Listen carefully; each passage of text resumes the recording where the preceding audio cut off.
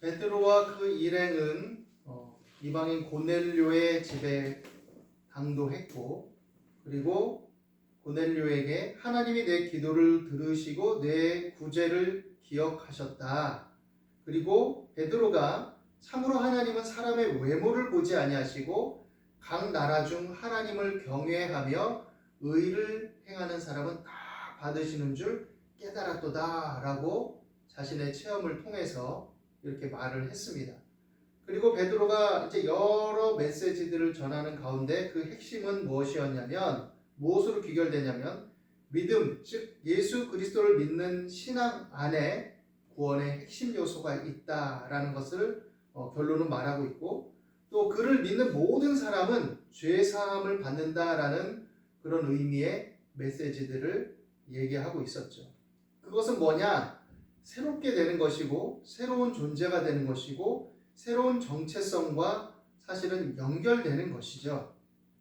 그런데 이런 새로운 정체성, 새로운 존재됨, 죄 사함을 받고 하나님의 자녀가 되며 그리스도의 제자가 되는 것, 이것은 단순하게 이념과 어떤 자기 확신과 지적인 동의 안에만 있는 것이 아니다라고 생각할 수 있는 어떤 사건이 벌어집니다.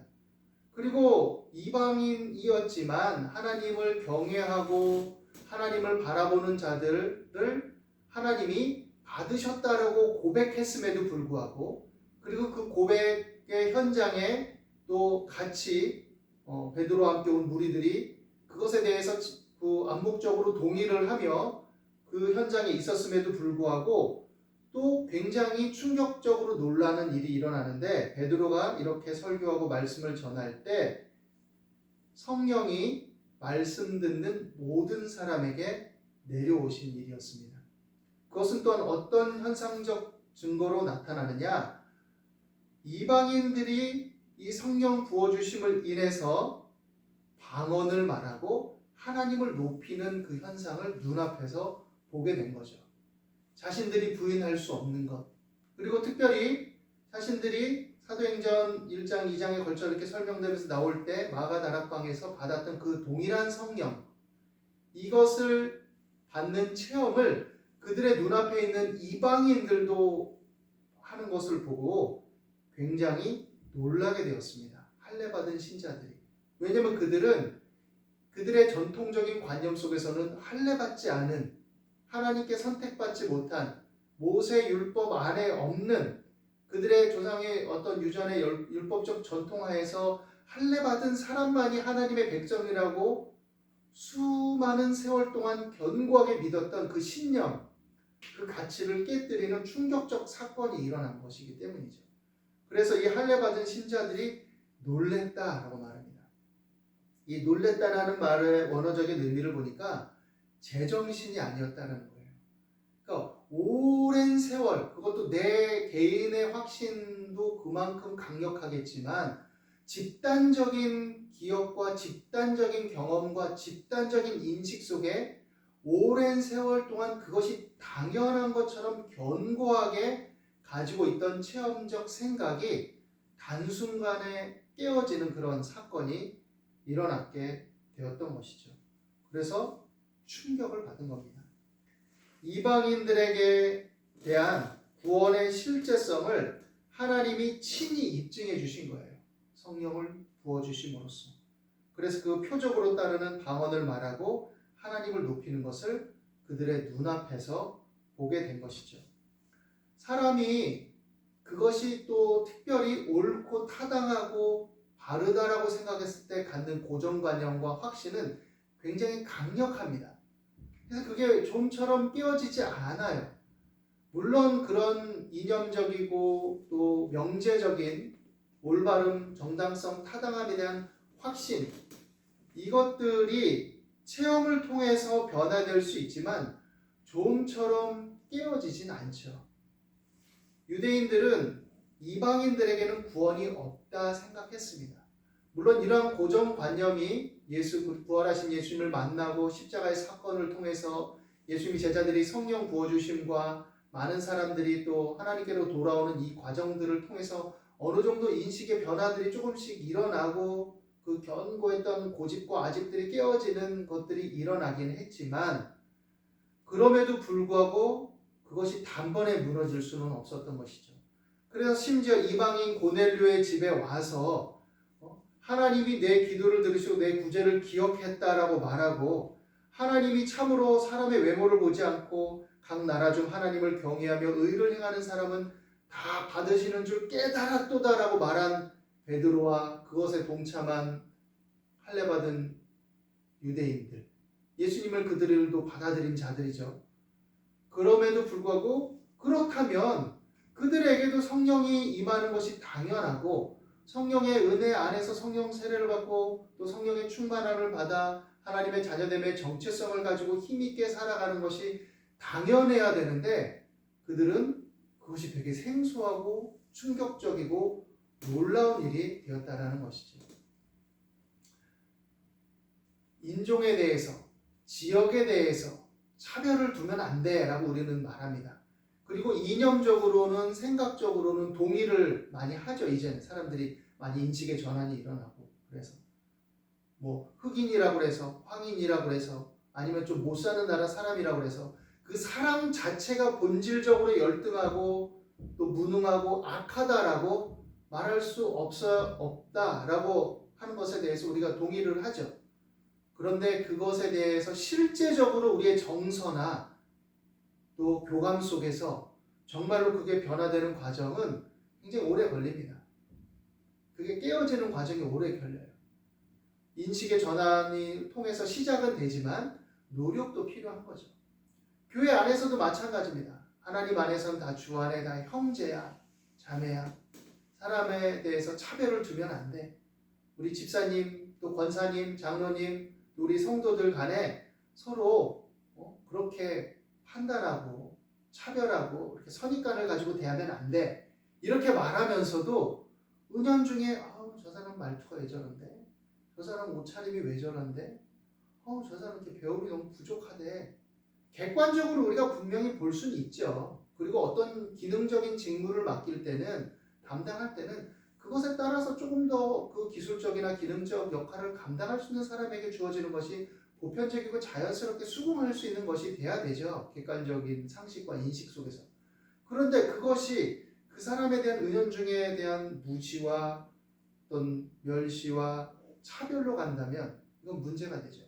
정서적으로 잘 안 될 수는 있어요. 안 될 수는 있습니다. 우리가 외국인들에 대해서 차별하지 말아야 돼. 인격적으로는. 그렇게 하면서 어떤 면에 있어서 뭐 흑인이 지하철에 앉아 있는데 옆자리에 앉으면 막 괜히 막 꺼리고 괜히 막 이상한 사람 보듯이 하고 아직도 그런 사람이 있죠. 근데 그 사람이 유달리 나쁜 사람이냐? 그렇지 않을 수 있어요. 괜히 정서적으로 느낌적으로 괜히 그런 마음이 드는 것일 뿐이에요. 어떤 때는. 그런데 그것이 타당하냐? 아니죠. 좁혀 나가야 되죠. 우리가 성도 간에도 이웃 간에도 그런 마음의 정서적인 거리들을 스스로 노력해야 되는 겁니다. 그런 게 있지만 내가 좀 참고 감내하고 또 그런 정서가 일어나지만 그건 아니지 하고 노력하고 더 다가가고 또 그런 나를 생각해 보면서 하나님 제가 그런 마음이 없도록 제 마음에 좀 그런 꺼림이나 경계가 없도록 또 왜 그런지 저 자신을 돌아볼 수 있도록 도와주세요. 기도하면서 나가야 되죠. 그리스도 예수 안에서 믿음의 자녀들이 가져야 될 고정관념의 탈피는 어떻게 보면 본질적으로 보면 유대인들이 가졌던 이방인들에 대한 고정관념이나 멸시나 무시 이것과 같이 연속선상에서 생각해 볼 수 있습니다. 우리의 삶에 실제적으로 적용해 나갈 때. 그리고 그것이 그리스도인들이 가져야 될 태도이고 그런 태도를 가지고 나갈 때 화평케 하는 사람으로서 살아갈 수가 있는 거죠. 마음의 은연중에 무시하고 약간 거리를 두고 꺼리면서 입으로만 형제님, 자매님 한다면 상대방이 처음에는 잘 못 느낄 수 있지만 어느 순간에 그 느낌과 감정을 캐치할 수가 있어요. 그럼 그게 과연 좋은 것일까? 생각해 봐야 되죠. 그래서 노력해야 됩니다. 인식의 전환, 나는 생각은 그렇지 않아요 라는 것에서 머무르지 말고 긍휼히 여기는 마음을 인해서 또 내가 실천적인 노력으로 또 인해서 또 개인적으로 돌아보고 성찰하면서 노력을 해야 되는 것이죠. 이런 사건을 통해서 우리가 하나님 안에서 모두가 하나다. 남녀노소 빈부귀천 차별이 없다. 하나님은 하나님을 경외하며 또 의를 행하고자 하는 사람에 대해서 긍휼과 연민으로 다가오시고 그 사람이 이방인이든 누구든 차별하지 않고 받으시기를 원하신다라는 것을 인식해야 되는 것이죠. 그렇기 때문에 그 안에서 우리는 하나님 안에서의 평등성과 또 공평과 하나됨에 대해서 생각을 해봐야 됩니다. 또 그렇게 했을 때 이제 베드로는 그 충격적인 사건, 성령 부어주심과 그들이 방언을 말하고 하나님을 높이는 것에 대해서 충격도 받고 와 이런 일이 일어날 수가 있는가 했지만 그것을 이제 수용하기 시작하죠. 베드로는. 그리고 그리고 이 일은 하나님이 하신 일이다. 하나님 뜻이다. 그렇기 때문에 우리는 더 이상 유대적인 전통과 관념을 가지고 이 일에 논쟁할 필요가 없다. 그리고 사실 그들의 고정관념을 탈피하고 예수 그리스도 안에서 예수님의 지상 명령과 성령을 통한 사역의 관점 속에서 그들이 미루어서 점점 뒤로 가면서 생각해 볼 때 모든 말씀 속에 이방인을 향한 모든 사람, 모든 인류를 향한 하나님의 긍휼과 사랑이 이미 오래전에도 있었다라는 것을 알 수 있죠. 구약 성경의 내용들을 봐도 그들이 하나님의 은혜를 경험하고 하나님의 말씀을 받고 그래서 그 체험적 삶 속에서 기록한 역사적 기록물이고 또 그곳에서는 유대 중심적인 사고의 배경들이 깃들어 있고 그들의 죄와 허물과 약함도 다 깃들어 있지만 또 그 속에 하나님의 일하심을 보면 이방인들을 향한 하나님의 긍휼과 치료와 회복들이 그런 상황 속에서도 나타나 있죠. 그 속에서도 일하시고 계신 하나님이 구약 성경에도 여러 면에서 나타나고 보여지고 있죠. 그리고 아브라함을 통한 하나님의 약속을 통해서도 이미 모든 사람이 그 믿음으로 말미암아 구원을 받고 믿음 안에서 혈통적 후손이 아닌 믿음의 후손들로서의 모든 사람들이 하나님의 자녀가 될 것이라는 비전이 나타나 있죠. 예수님께서 베드로가 주는 그리스도시요 살아계신 하나님의 아들이십니다라고 고백했을 때 이것을 내게 알게 한 이는 혈육이 아니요 하늘에 계신 내 아버지시다 하고 내 이름 베드로 이 반석 위에 내 교회를 내가 세운다라고 말씀하셨죠. 그건 뭐냐? 믿음의 토대, 예수는 그리스도시요 하나님의 아들이시라는 이 구원의 주님을 향한 믿음의 이 기반에 교회를 세운다는 거예요. 그러므로 누구든지 예수님을 구주로 믿고 예수님의 십자가를 통한 구원의 은혜의 생명이 있음을 받아들이고 아는 사람이라면 누구나 교회의 일원이 되고 하나님의 자녀됨에 대한 믿음의 정체성을 확보하고 얻을 수 있다라는 것이죠. 성령의 사역은 주권적이었습니다. 베드로가 이때쯤 성령이 임해 주시면 좋겠습니다. 이런 게 아니에요. 그리고 베드로가 설교를 하기 때문에 당연히 성령이 임하셔야 된다라고 말하는 것이 아닙니다. 뭐 옛날에 유명한 그 조지 필드인지 정확하게 기억이 안 나네요. 그 유명한 부흥사가 있었죠, 미국에. 그 사람은 어떤 기법적인 차원에서 이렇게 하면 성령의 은사가 나타난다라는 것을 약간 도식적으로 기법적으로 얘기해서 좀 문제성이 있긴 한데 베드로는 그렇게 말하고 있지 않아요. 어떤 기법을 써서 성령의 은사가 나타나고 성령의 일하심을 맛보고 이런 차원으로 얘기하는 게 아니에요. 자기가 할 바를 하지만 성령께서는 주권적으로 그때에 타당하다고 판단하실 때 하나님의 뜻 안에서 임하시는 역사가 일어나죠. 하나님을 경외하고 하나님을 추구할 때 하나님이 받으신다라는 것은 우리가 기본적으로 우리 삶과 연결해서 생각해 볼 수 있습니다. 그래서 하나님을 찾는 사람들은 하나님을 받으신다라는 비전과 소망의 생각을 가지고 주변을 돌아볼 때 그래도 하나님을 경외하고 적어도 하늘을 경외하고 정확하게 모르지만 신을 경외함으로써 자신의 마음을 겸비하게 하고 살아가는 사람들을 긍휼히 여기고 또 존중하고 그들을 때로는 존경하고 이럴 줄도 알아야 되는 거죠. 그리고 그들과 연대할 줄도 알아야 되죠. 물론 그 속에 하나님의 주권적 일하심을 우리는 기대하고 바라보는 것이죠.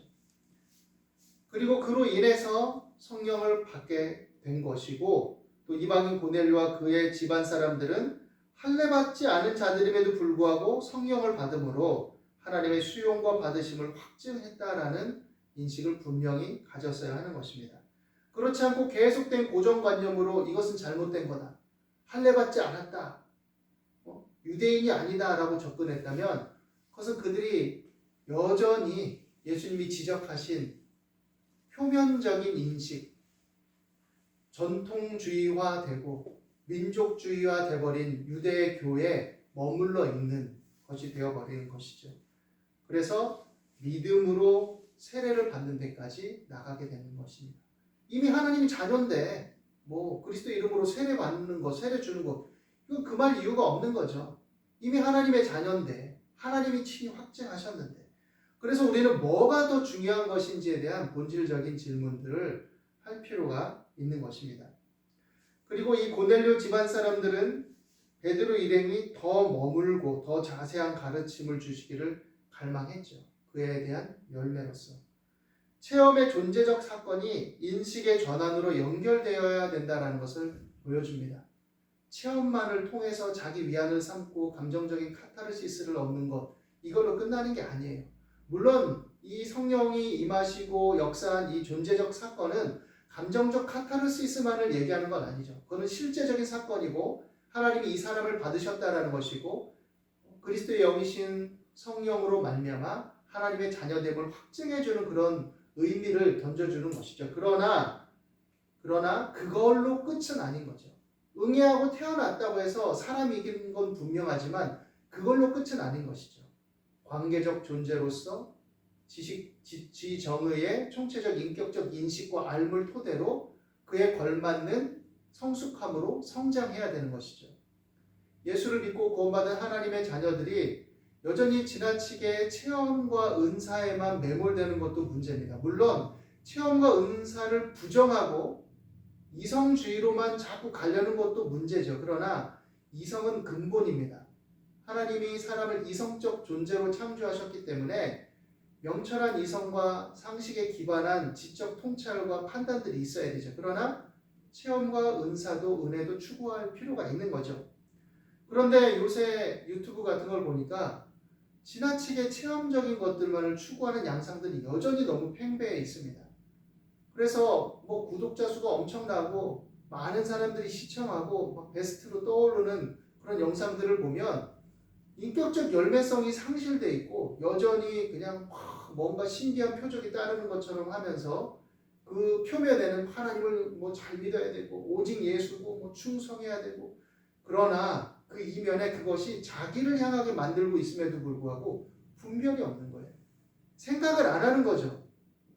지성적인 통찰을 하려는 것을 포기하는 거죠. 그래서 하나님 사랑합니다. 예수님만이 최고입니다. 우리의 모든 것 되십니다. 주님만이 최고입니다. 주님이 우리의 모든 것입니다. 외치기만 하면 내용과 그 성격과 인격적 열매는 안 보고 무조건 환호하는 거죠. 이게 어리석음입니다.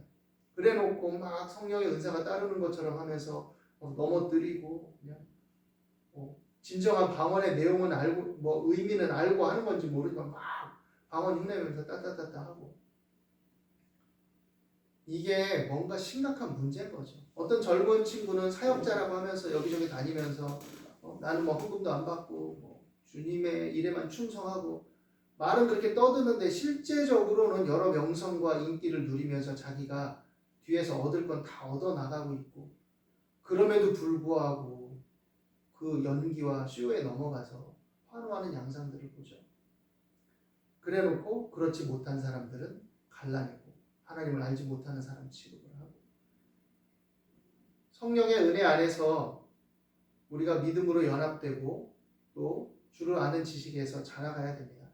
근본은 하나님을 경외하고 기도하며 또 주위의 가난한 자들을 돌아보고 구제한 이 고넬료의 기본적인 삶의 태도를 우리가 생각해야 돼요. 하나님을 경외하는 것이 실천적인 이웃과의 관계의 삶에서 드러났다. 그것이 추구되어져야 됩니다. 그리고 그와 더불어서 신앙적 체험과 인식을 토대로 해서 하나님을 더 알기를 원하고 갈망하는 이 믿음의 지향성이 있어야 되죠.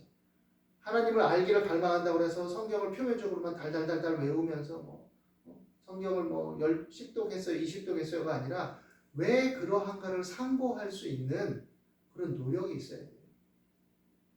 그리고 교회가, 목회자가 그런 것들에 대해서 잘 풀어서 가르쳐야 됩니다.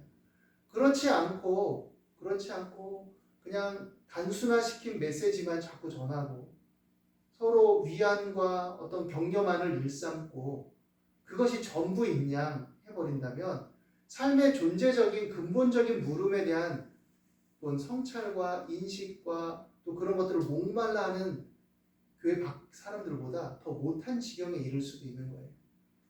오늘 이 말씀 안에서 우리가 서로 돌아보게 되기를 바랍니다.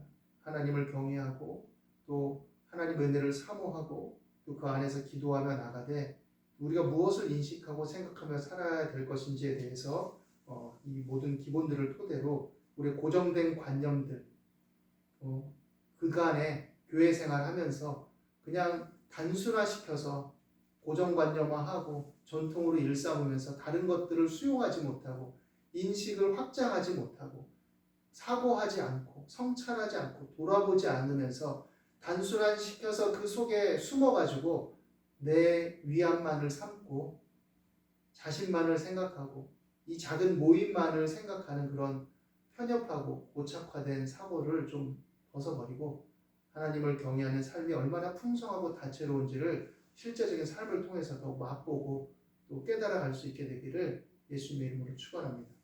기도하겠습니다. 하나님, 모든 이해를 초월해서 역사하시는 하나님, 우리 안에 계시지만 우리 안에만 계신 것이 아니요 교회 안에 계시지만 교회 안에만 계신 것이 아니라 모든 것을 초월해서 온 인류와 만물에 운행하시고 섭리하시고 역사하시는 하나님이심을 알게 하여 주옵소서. 우리의 마음문을 넓히고 우리의 생각을 넓혀서 풍성하신 하나님, 살아 역사하시는 하나님, 일을 행하시고 그것을 성취하시는 하나님이심을 알게 하여 주시고 우리의 주어진 삶의 여러 영역 속에 적극적이고 능동적으로 참여하며 그리스도의 향기를 발할 수 있도록 인도하여 주옵소서. 오늘도 함께 하심을 감사하며 예수님 이름으로 기도드립니다. 아멘.